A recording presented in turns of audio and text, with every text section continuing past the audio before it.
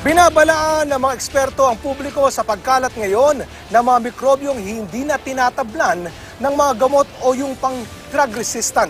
Ang isa sa mga ito ay isang uri ng fungus na nakamamatay. Narito po ang aking report.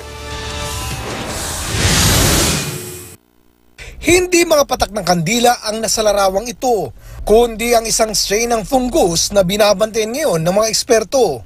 Ito ang Candida auris, isang uri ng fungus na dumadapo sa tao. Babala ng mga eksperto, nakamamatay ito. Mahirap ding mapuksa ang itinuturing na superbug. Candida auris is one of several multi-drug resistant organisms, and it's an emerging infection. All of these multi-drug resistant organisms are concerning because in essence it limits our treatment options. Ilan daw sa mga sintomas ito ang lagnat, panginginig, pagpapawis at impeksyon sa sugat.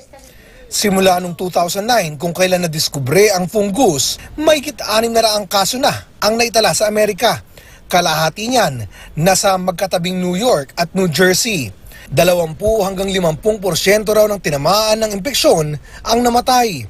Ang mali at walang habas sa paggamit ng mga tao ng antibiotics ang sinisisi sa pagiging drug resistant ng Candida auris at iba pang microorganisms. Nangyayari, imbes na napapatay ng antibiotic yung mga mikrobyo, hindi niya tayo napapatay completely, tapos lalong lumalakas yung mga mikrobyo na ito. Importante talaga na bantayan natin, no?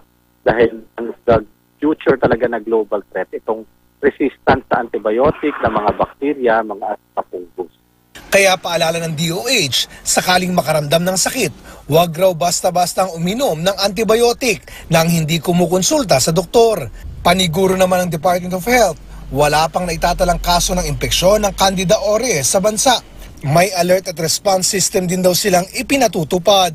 So yung nandyan yung ating RITM na nakabantay, ma-detect silang early at saka meron tayong mga isolation rooms na kung saan natin sila ihihiwalay para nga hindi na kumalat.